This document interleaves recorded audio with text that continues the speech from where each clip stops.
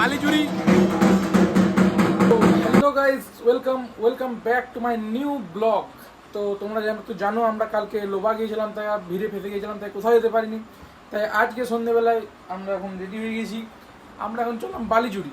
তো চলো দেখা যাক কী কী হয় না হয়, ওখানে কত কী ঠাকুর আছে সব কিছুই দেখবো। তো জুড়ে থাকো ভিডিওতে। আর ভিডিওতে যদি নতুন, প্রথম চ্যানেল যদি নতুন এসে থাকো তো একটা লাইক অবশ্যই করে দিও। চলো আমরা বেরিয়ে গেছি ঘর থেকে, আর আমাদের প্রথম লোকেশন চলে এসেছি আমরা এখানে পিওর সামলাতে ঠাকুর দেখতে।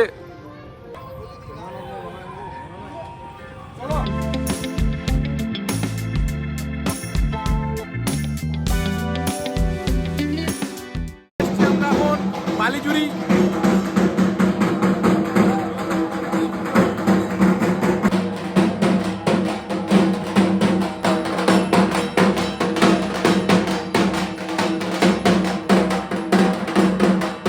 তো বালিজুড়ি গ্রাম নিয়ে আমার অত ভালো একটা খুব আইডিয়া নেই, কিন্তু ওই পায়ে হেঁটে 10 মিনিটের রাস্তা কি 20 মিনিটের রাস্তার ভেতরে প্রচুর ঠাকুর হয়, মোটামুটি ওই 7, 8, 9খানা মোটামুটি ঠাকুর হয়।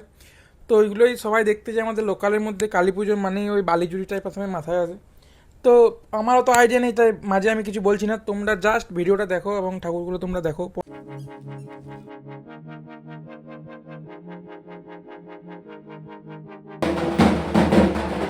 আগে যে দুটো আমরা মন্দির দেখলাম, তো ওইগুলোতে ভাই ঢুকে প্রণাম করার মতো জায়গা ছিল, কিন্তু এইখানে ভাই এসে দেখি একদমই ঢোকার জায়গা নেই, মানে দেখাই যাচ্ছিল না। সেই কষ্ট মষ্ট করে এক জায়গায় এসে আমি ভিডিওটা রেকর্ড করেছি।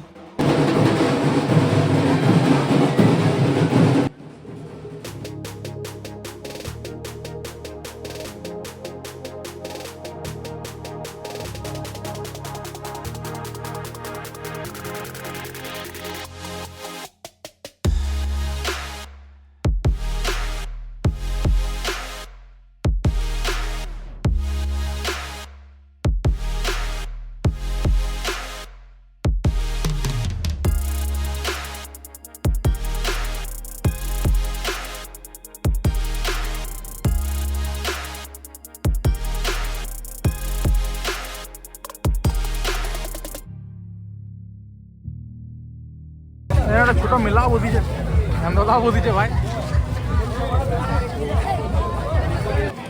50 টাকার চাট, 50 টাকার চাট যদি না পাওয়া যায় তাহলে খাওয়া যাবে না। মোমো ভালো রয়েছে। হ্যাঁ, সব ঠাকুর কমপ্লিট ঘোরা।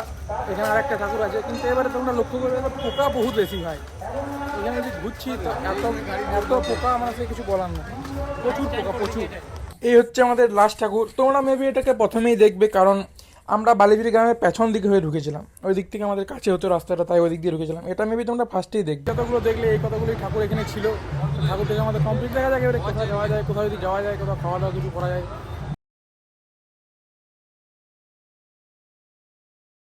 ঠাকুর দেখার পর আমরা একবার ওই মেলাটাতে এসে মোমো অর্ডার করে দিয়েছি। এই চলে এসছে আমাদের মোমো, গরম গরম মোমো। তো একটা আইসক্রিম দরকার আছে, ঠিক আছে না? আর বেড়ে যাবে, কোনো অসুবিধা নেই। ঠাকুর দেখতে দেখতে জানতে পারলাম এদের আজকেই বিসর্জন।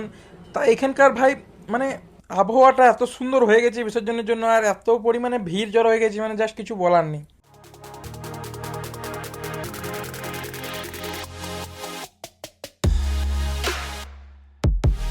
ভিড়ের মধ্যে ফেসে গেছি গাইস, জাস্ট ভিড়টা দেখো।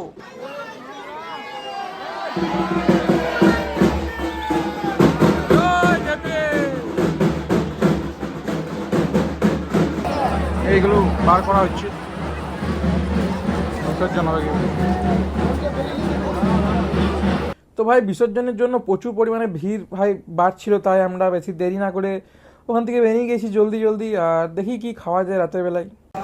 এক্সেসিভ ভিড়ের জন্য বলছে খাবার শেষ হয়ে গেছে আমাদের।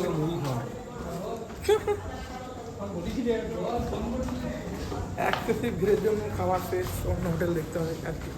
কোথাও খাবার নেই ভাই, লাকটা খুবই খারাপ ছিল আজকে। ও বেডে বলছে, সোলানাতে বলছে এক্সেসিভ ভিড়ের জন্য খাবার শেষ। আরেক জায়গায় ওখানে তো নিরামিষের কোনো সিন নাই, মানে ছিল চাউমিন, তো ওই তাওয়াতেই ডিম, ওই তাওয়াতেই মাংস, ওই তাওয়াতেই সব চাউমিন টাউমিন কিছু খাওয়া যাবে না। তাই ফাইনালি ঘরেই চলে এসেছি, আমাদের ঘরে রান্না করে এখানে পাওয়া যাবে খাবার। শেষমেশ লাস্ট অপশন কে যাবো, পরোটা ডাল, পরোটার ডাল। ওইদিকে পেরিয়ে যাওয়ার জায়গা একদিকে লাগ ভালো আছে যে ঘরে খাবার আছে, ঘরে খাবার আছে, না যে আবার মুড়ি খেতে যেতে সাধু মুড়ি। তো আমাদের এই ব্লগটা আমরা এখানেই শেষ করছি। কেমন লাগলো তোমাদের ব্লগটা আমাকে অবশ্যই কমেন্টে জানিও, ভালো লাগে তাহলে এটা লাইক করে দিও। আর আউটরোটা আমি পরের দিন শ্যুট করছি, ভুলে গিয়েছিলাম আউটরো শ্যুট করতে। তো tata, good night, good morning, যখনই দেখছো তখন ওটাই গুড আফটারনুন। তো টাটা।